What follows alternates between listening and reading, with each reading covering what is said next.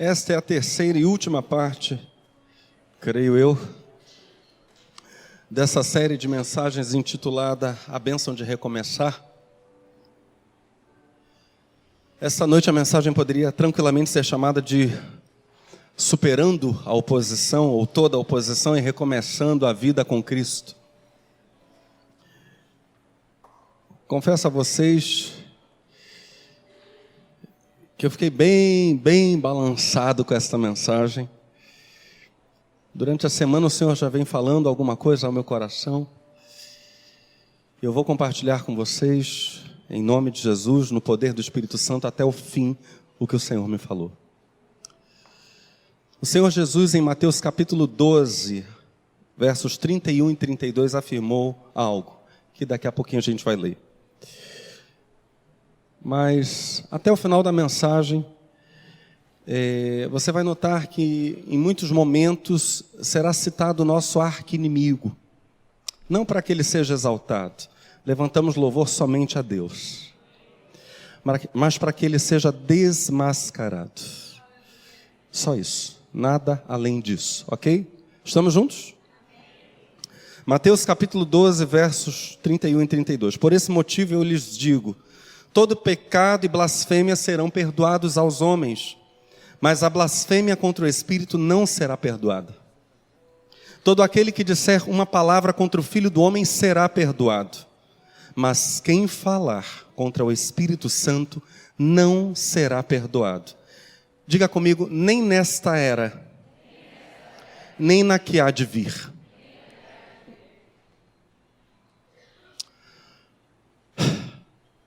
Mateus 12, versos 31 e 32. Muito se tem dito, sermões, textos escritos, textos falados, muito se tem dito sobre o que seja especificamente o pecado de se blasfemar contra o Espírito Santo, e claro que essa análise é absolutamente necessária. Isso é muito importante, tamanha a gravidade desse pecado. Entretanto, há um elemento pouco considerado dentro desse assunto, blasfêmia contra o Espírito Santo, que está aqui na fala do Senhor. Ele diz para nós de um pecado que não é perdoado, nem nesta era, nem na era que há de vir. Como dizem inúmeros versos do Novo Testamento, nós não os leremos agora aqui, mas são muitos esses versos. O que há de vir é algo que a Bíblia chama no Novo Testamento de ômega. Frank Tipler, um físico cristão, chamou de ponto ômega. O Novo Testamento fala sobre o ponto ômega, ou o ômega que há de vir, ou, nos evangelhos a expressão é o reino de Deus, que no dizer de Jesus é Deus mesmo. Então o reino de Deus é manifestação de Deus mesmo.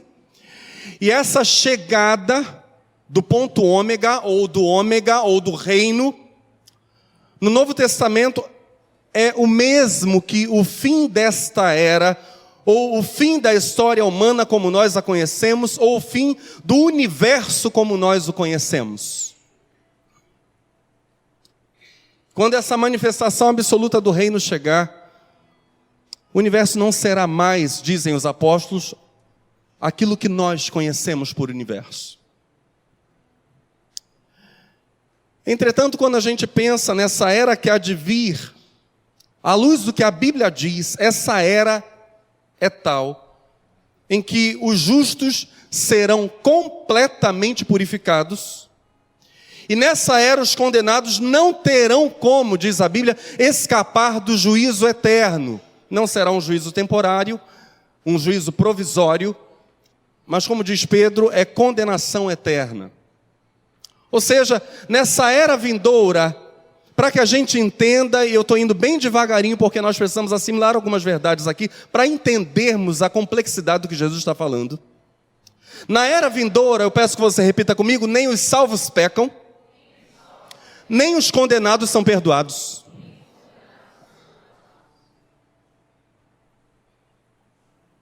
Na era vindoura, salvo não peca. Na era vindoura, condenado não recebe perdão de pecado. Na eternidade não há isso. Então por que Jesus está falando que não há perdão, diz o texto, nem nesta era, nem na era que há de vir, para quem blasfemar contra o Espírito Santo?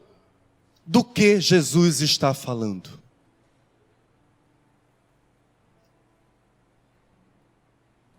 Jesus estaria dizendo que o único pecado que condena eternamente, ou seja, que compromete o presente e o porvir, é a blasfêmia contra o Espírito Santo, seria isso?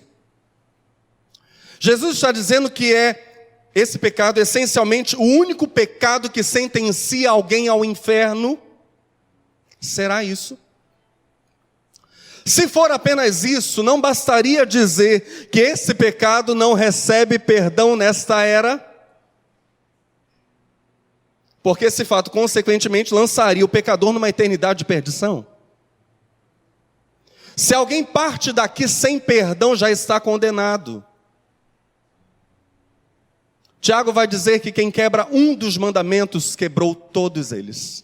Um pecado é suficiente para nos fazer afundar na condenação. É o que a Bíblia vai dizer no Novo Testamento. Não precisamos de uma lista de pecados. Precisamos de um único Salvador. Por que Jesus faz questão de dizer da falta de perdão para a blasfêmia, nem nesta era, nem na era que há de vir? Não há perdão nem nesta era, nem na era que há de vir. Por que Jesus diz que o que for falado contra ele será perdoado? E aí a gente pergunta, se alguém o negar, poderá ser perdoado? É isso que Jesus está dizendo, por exemplo? Então a negação de Pedro, lá quando 3 vezes ele diz que se quer conhecer o Senhor e depois o galo canta, ou durante essas negações o galo canta, será que a negação de Pedro e a restauração posterior de Pedro provam então que pode-se até negar o Senhor e isso será perdoado? É isso? Para que a gente possa examinar melhor essa questão, primeiro a gente precisa perguntar o seguinte: será que a era que há de vir já não começou?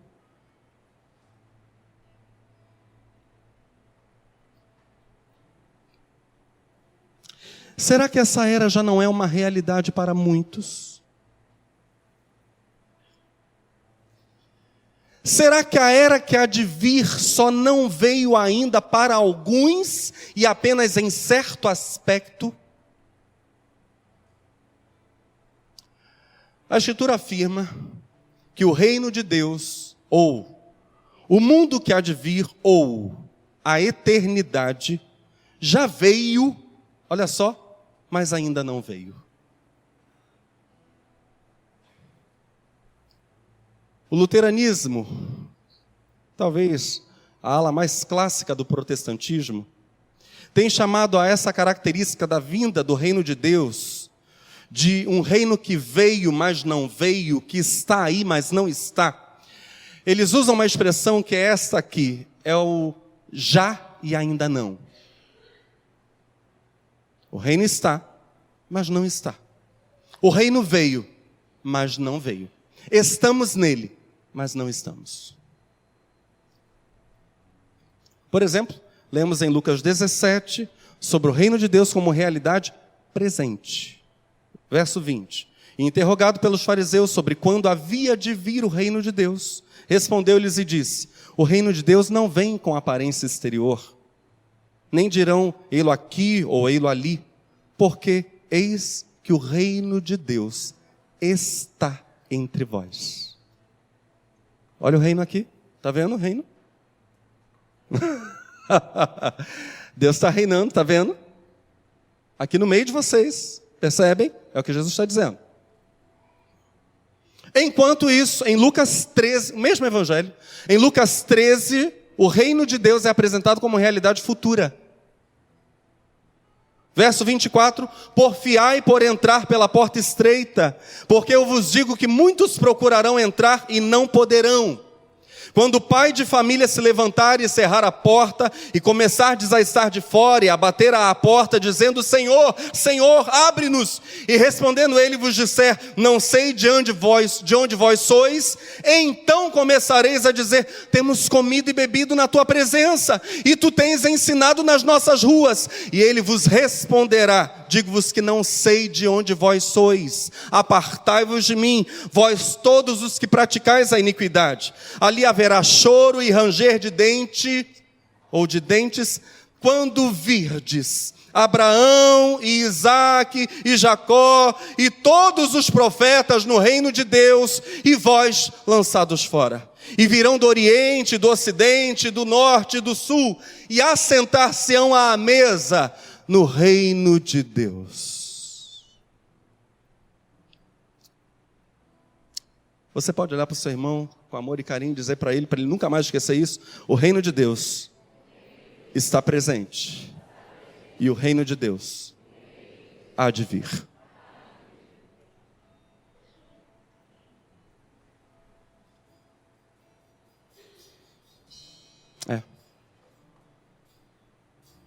O fato é que Cristo presta muita atenção para a gente entender esse mistério. Não penetraremos de todo no mistério, porque ele ainda é mistério. Mas vamos nos aproximar dele de joelhos. Cristo reina absoluto nos céus. Para milhões e milhões de anjos e salvos no paraíso, o reino de Deus já é uma realidade absoluta. Ele é. Esse reino não é algo a se iniciar ou por iniciar-se, não é isso. O reino está aí. E na pessoa de Cristo ele se encontra com a história humana. O reino de Deus, diz a Bíblia, é reino eterno que jamais passará. O salmista Davi disse, por exemplo, no Salmo 145, verso 13, o teu reino é um reino eterno, o teu domínio dura em todas as gerações. E até há canção sobre isso, expressamente sobre esse verso, né? Teu reino é reino eterno, firmado em misericórdia. Segunda de Pedro, apóstolo, capítulo 1, versos 10 e 11, diz: portanto, irmãos, procurai fazer cada vez mais firme a vossa vocação e eleição, porque fazendo isso, nunca jamais tropeçareis, porque assim vos será amplamente concedida a entrada no reino eterno de nosso Senhor e Salvador, Jesus Cristo. Ou seja, o reino de Cristo não é um reino por se iniciar, não vai começar, é anterior à história humana. Antes da encarnação de Deus Filho, ele reinava. Seu reino está fora do tempo. Ele é o alfa e o ômega, o princípio e o fim, a origem e o destino final de tudo. Fazendo uso livre de Eclesiastes 3, verso 15, nós diríamos assim: o que há de ser, já foi. O reino é reino eterno. A vinda final do reino de Deus será o instante. E esse instante não vai mais passar. Depois de ele se dar, depois de ele acontecer, ele será definitivo. Veja que instante. A vinda final do reino de Deus será o instante em que o reino eterno e o tempo se fundirão, formando uma só realidade. Nós vivemos no tempo. Cristo é rei fora do tempo, na eternidade. Chegará um dia em que essas duas coisas vão se fundir, vão virar uma realidade só. O reino eterno é um reino permanente. Diga comigo: anterior, simultâneo e posterior. Anterior, simultâneo e posterior a quê, pastor? Anterior à história humana, simultâneo à história humana e posterior à história humana como nós a conhecemos. Esse é o reino eterno. Na verdade, então, quando a gente pensa na história do universo, desde o seu início até o seu fim, quando não houver mais sequer um átomo, quando tudo depois de decair para mera e simples energia térmica se transformará em nada. A história do universo, do seu início ao seu fim, toda ela, é um amado e pequeníssimo ponto. É um ponto. Num oceano chamado eternidade. Isso é a história do universo. Só um pontinho. Uma gota. A duração total do universo, do seu início ao seu fim, é uma gota de água, é um grão de terra. Deus e seu reino são eternidade. Para a gente fazer uma comparação visual, como um espaço vazio, sem início e nem fim, que é o céu. Só com isso em mente, a eternidade do reino de Deus, é que a gente vai conseguir entender o que Jesus está falando em Mateus capítulo 12. Quem blasfemar contra o Espírito Santo, diz o Senhor, esse pecado não tem perdão, nem nesta era, nem na era que há de vir.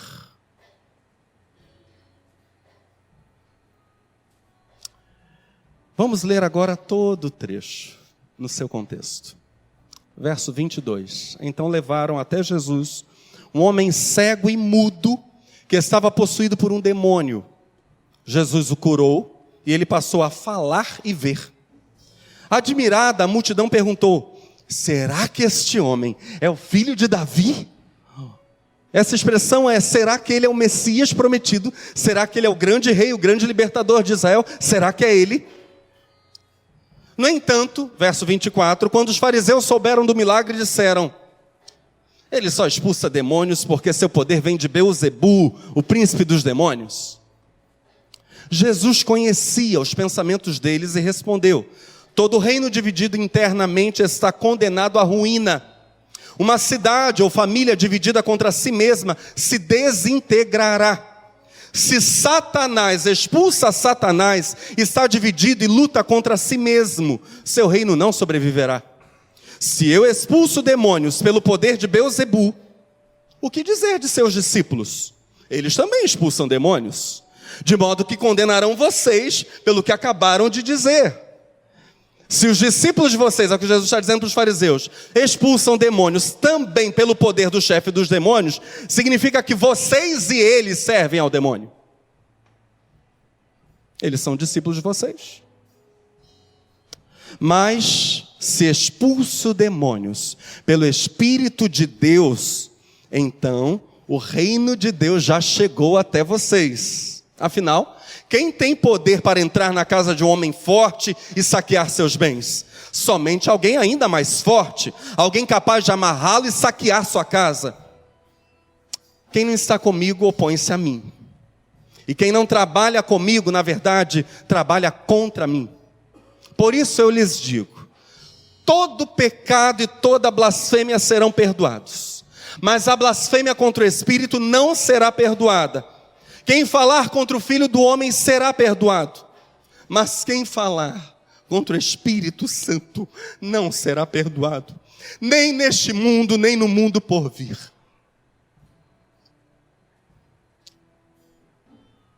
Em algumas traduções, mundo vindouro ou mundo futuro. Ora, se Jesus expulsa demônios, como ele mesmo diz, pelo Espírito de Deus, não é possível, e aqui a gente tem mesmo um dito de sabedoria do Senhor, mais um. Não é mesmo possível falar contra Jesus sem falar contra o Espírito de Deus. Preste atenção que quem está falando essas palavras não é um cidadão comum, é o mestre. Ele diz: quem falar contra mim será perdoado. Quem falar contra o Filho do Homem será perdoado. Quem falar contra o Espírito Santo, não. Tá, mas ele está falando e fazendo pelo Espírito Santo. Então a grande pergunta é, quem fala por Jesus? Essa deveria ser a pergunta na mente dos fariseus. Estamos entendendo? Quem age por Jesus e quem fala por Jesus. Esse deveria ser o temor no coração deles.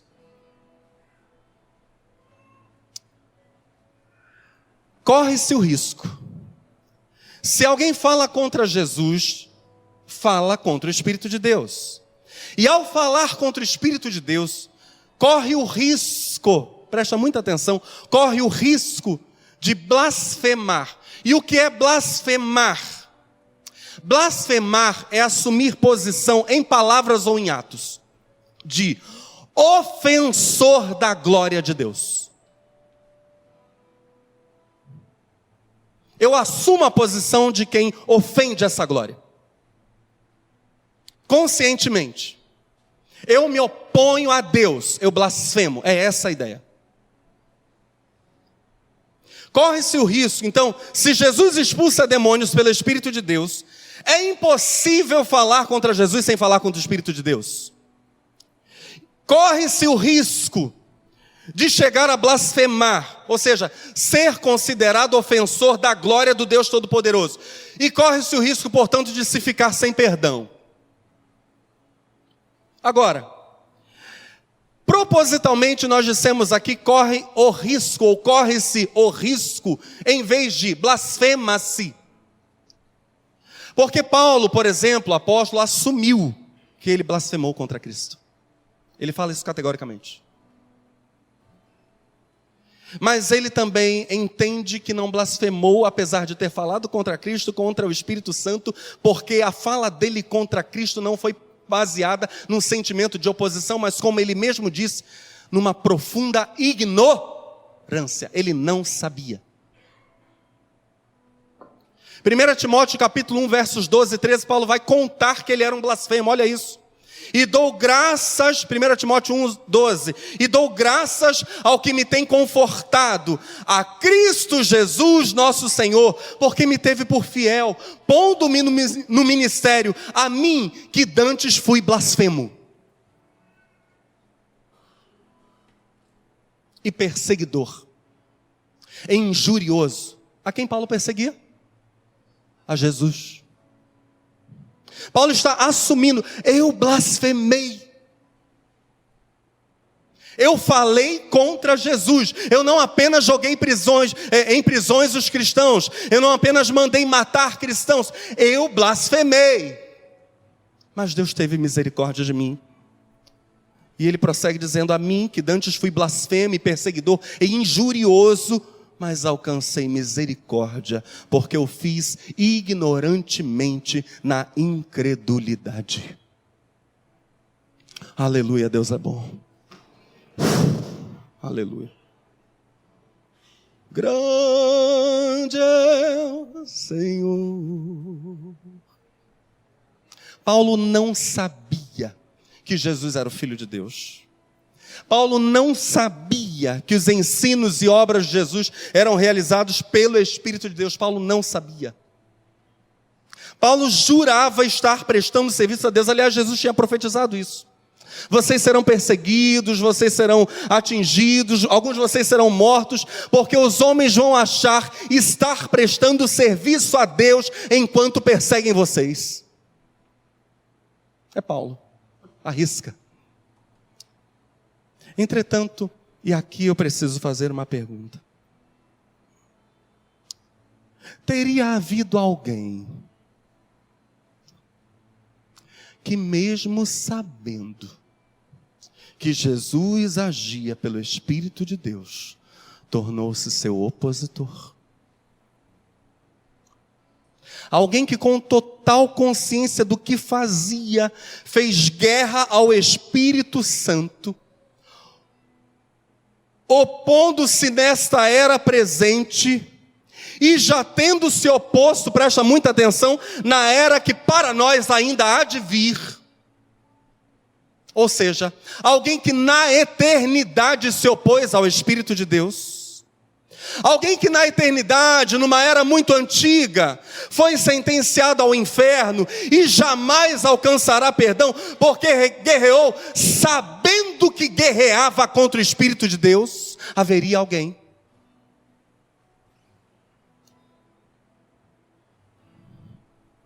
Eu só encontro uma resposta nos evangelhos para essa pergunta. Aquele contra quem o Espírito de Deus faz guerra. E que é citado nesse mesmo texto de Mateus 12, como parceiro de Jesus. Isso traz uma profunda ofensa ao coração de Jesus. Não. Eu nada tenho a ver com Beelzebu. Há um que ofendeu o Espírito Santo na eternidade. E Jesus nada tem a ver com ele.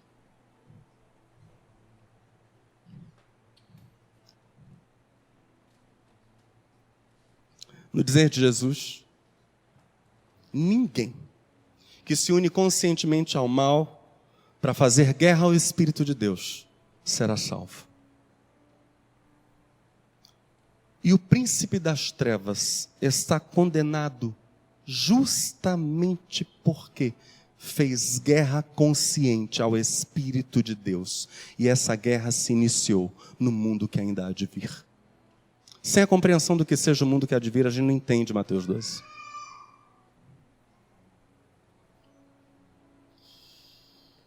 Então, em Mateus 12, muito provavelmente, Jesus contou para nós um segredo ocorrido na eternidade.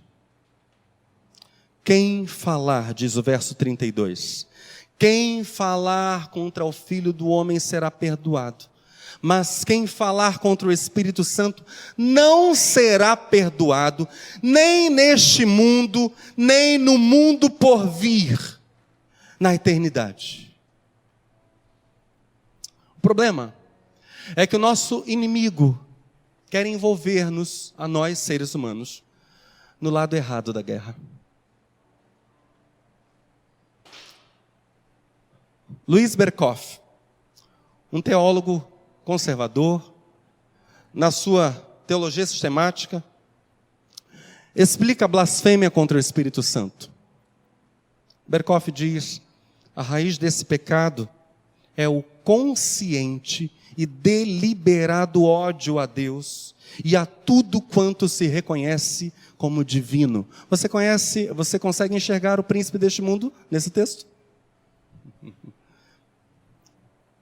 É imperdoável.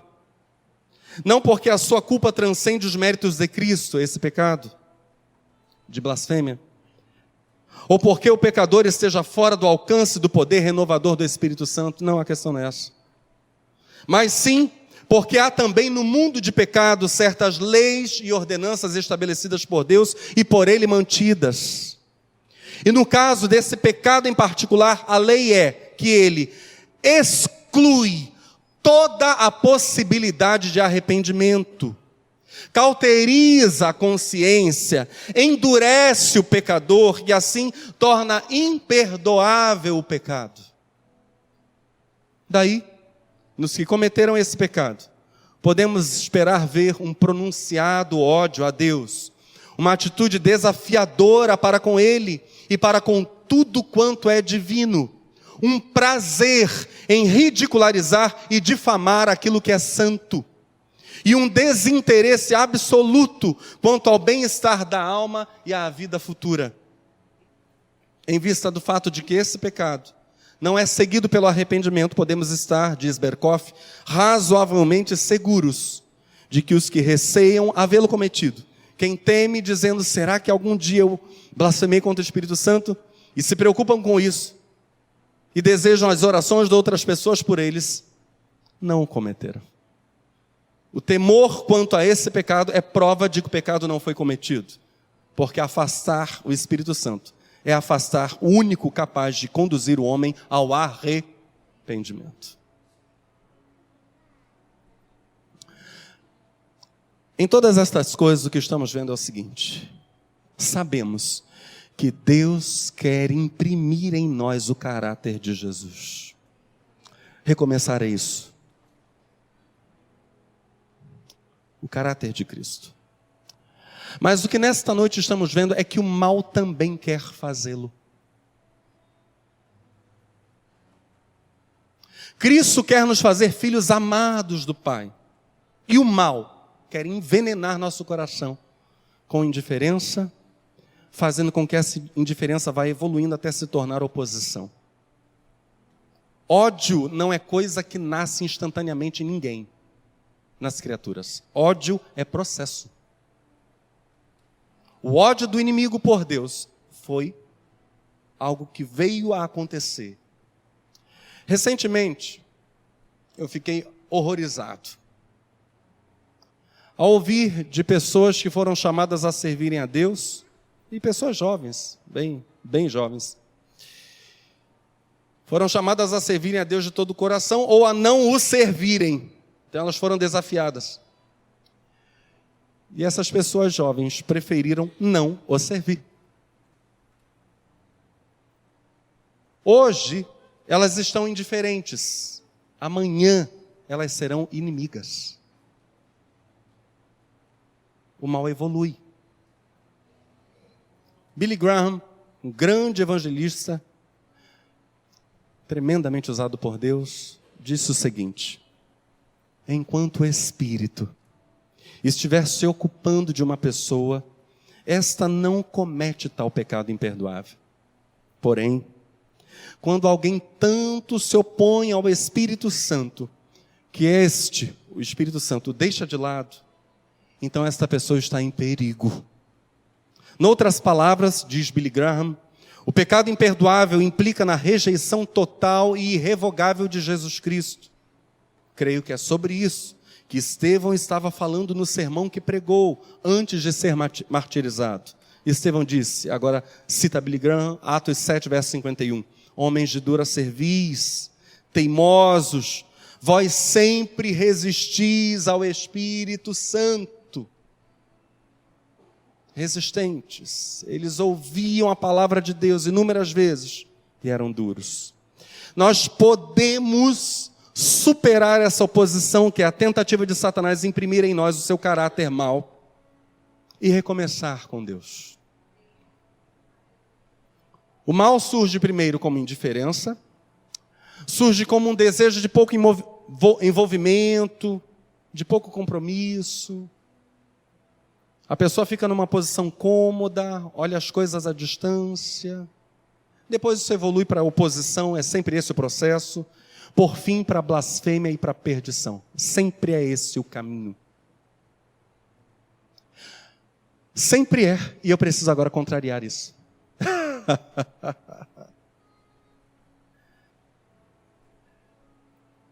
Por vezes, é possível servir a Deus, envolver-se na obra, ter muito compromisso e manter um coração inadequado.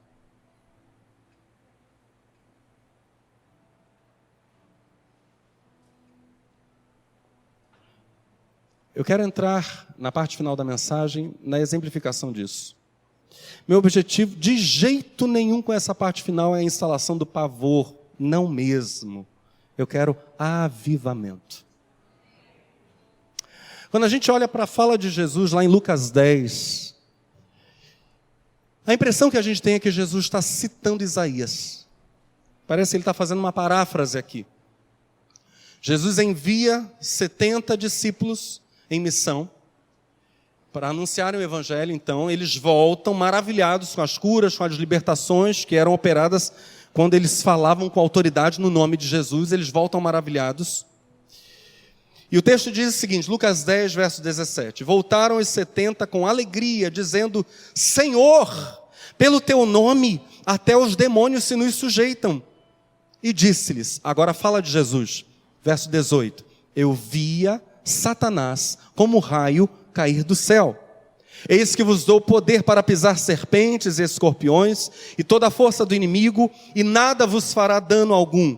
Mas não vos alegreis porque se vos sujeitem os espíritos. Alegrai-vos antes por estar o vosso nome escrito nos céus. Naquela mesma hora se alegrou Jesus no Espírito Santo e disse, Graças te dou, ó Pai, Senhor do céu e da terra, porque escondeste essas coisas aos sábios e inteligentes e as revelaste às criancinhas. Assim é, ó Pai, porque assim te aprouve. Tudo por meu Pai me foi entregue. E ninguém conhece quem é o Filho senão o Pai, nem quem é o Pai senão o Filho, e aquele a quem o Filho o quiser revelar. Aleluia. O texto está dizendo que para nós está reservado o conhecimento do Pai por meio da comunhão com Cristo. Então a comunhão com Cristo nos faz conhecermos profundamente nosso Deus e Pai. E ao conhecermos profundamente nosso Deus e Pai pela comunhão com Cristo, o nosso caráter vai sendo transformado, fazendo-se semelhante ao caráter de Cristo. Um caráter dia a dia transformado. Mas eu disse a vocês que parece que Jesus, aqui no verso 18... quando diz, eu via Satanás como raio cair do céu, parece que Jesus está parafraseando Isaías 14. Isaías 14, muitos séculos antes, entre 600 e 700 anos antes de Cristo, já dizia o seguinte: como você caiu dos céus, ó estrela da manhã, filho da alvorada ou filho da alva. Como foi atirado à terra você que derrubava as nações, você que dizia no seu coração, subirei aos céus, erguerei o meu trono acima das estrelas de Deus, eu me assentarei no monte da Assembleia, no ponto mais elevado do Monte Santo, subirei mais alto que as mais altas nuvens, serei como o Altíssimo. Verso 15. Mas às profundezas do Sheol, a habitação das almas dos mortos, você será levado e irá ao fundo do abismo. Antes de prosseguir nessa análise, quando nós olhamos para os salmos, nós vemos os salmistas abrindo o coração. Eles falam de esperança, fé, alegria, celebram vitórias, clamam pela condenação de Deus aos seus inimigos, fazem petições, pedem suprimento, proteção. Nos salmos, os salmistas, de um modo geral, quase todos os salmos vão nessa mesma direção. Nos salmos, os homens abrem o coração para Deus. Não é esta a maneira típica de se escrever quando a gente olha para os profetas. E agora a gente está vendo Isaías 14, daqui a pouco a gente vai ver Ezequiel 28. Os profetas são exatamente o inverso. De um modo geral, nos profetas, quem está abrindo o coração, quem está se expondo, dizendo tudo o que tem lá dentro, é Deus. Leia Oséias e você vai ver um Deus frustrado, se sentindo traído, como se Israel houvesse adulterado. Olha para Jeremias, você vê um Deus de luto. Olha para Isaías, você vê um Deus ansioso, porque o seu povo se arrependa para não ir para um cativeiro. E depois um Deus celebrando a restauração total do povo. Olha para Ageu e Zacarias, você vai ver o coração de Deus em festa, porque o povo se une, dá as mãos para a reconstrução do templo. Olha para Miqueias, e um discípulo amado que está aqui no auditório, a gente está junto estudando Miqueias. Olha para Miqueias e você vai ver Deus de uma forma absolutamente chocante. Deus dizendo que uivaria, você consegue imaginar Deus uivando? Uivaria como chacal, andaria com vestes rotas, quase nu, lamentando pelos montes enquanto uivava, por causa da desolação do seu povo.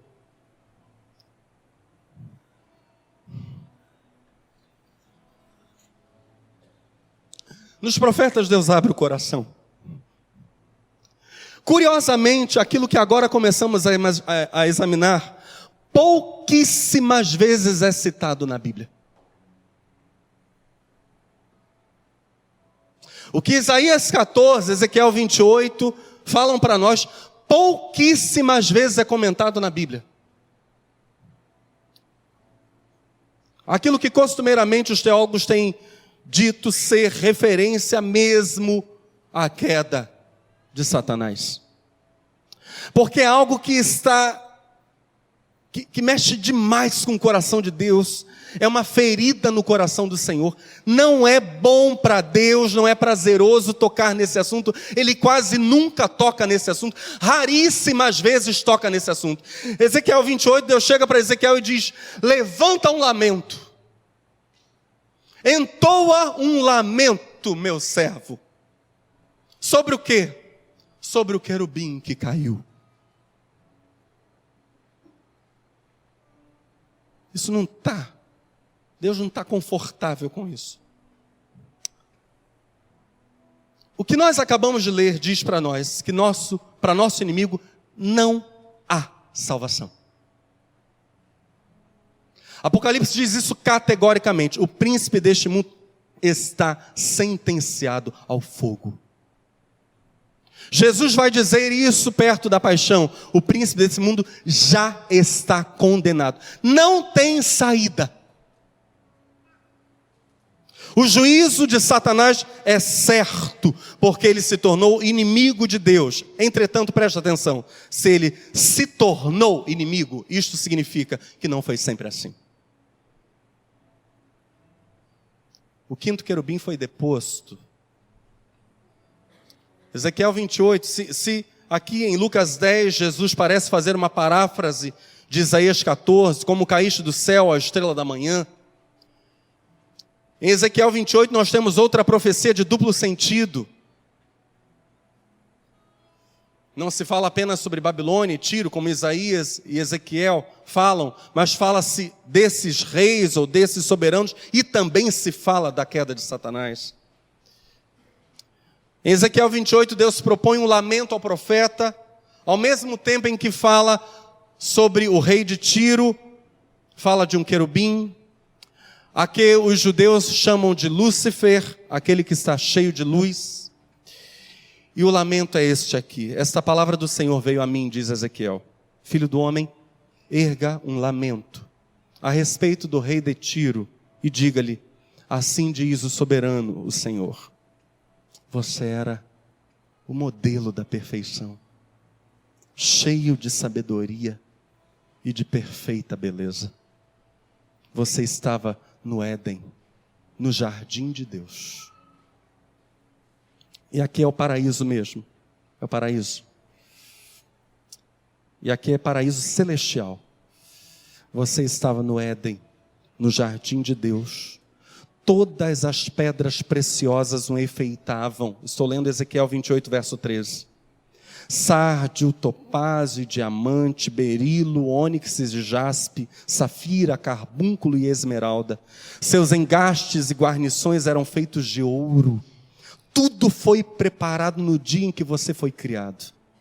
Você foi ungido como um querubim guardião, pois para isso eu o designei. Você estava no Monte Santo de Deus e caminhava entre as pedras fulgurantes. Você era inculpável em seus caminhos, desde o dia em que foi criado, até que se achou maldade em você.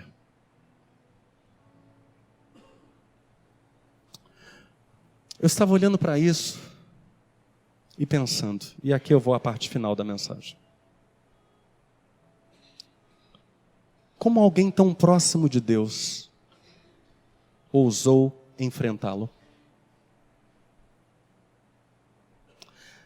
Como alguém desafiaria o Deus Todo-Poderoso?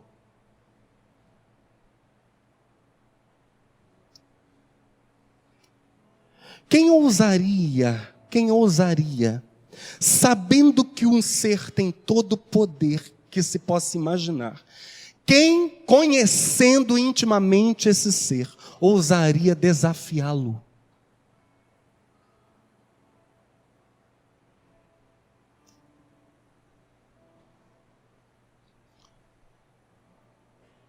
De onde veio coragem para isso?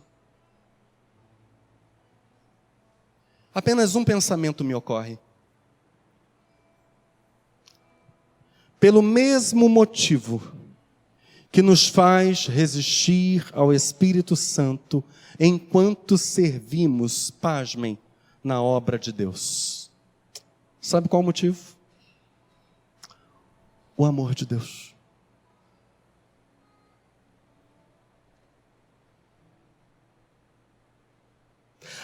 Alguém conhecendo a Deus, um ser tão poderoso, só ousaria desafiá-lo se pensasse que por causa do amor de Deus ficaria impune.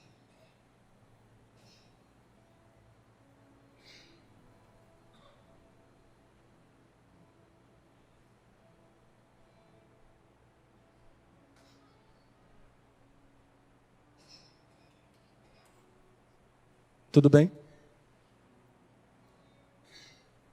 Como ninguém, esse ser conhecia a glória, acabamos de ler. Como ninguém, esse ser conhecia o amor, pensando que ficaria impune. Ninguém ousa desafiar o Todo-Poderoso, na certeza de que será destruído. Ninguém. Poucas vezes esse assunto é falado na Bíblia. Isso pesa no coração de Deus. Satanás quer que nós nos prendamos a um sentimento que impede todo o recomeço com Deus. Um sentimento de que estaremos impunes enquanto pecamos. É o mesmo sentimento que houve no coração de Satanás.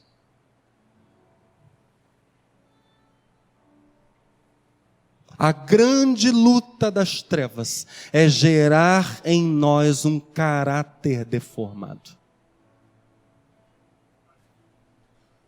Nós somos chamados a resistir. Deus é santo e nos chama à santidade. Eu gostaria que você ficasse de pé, por favor.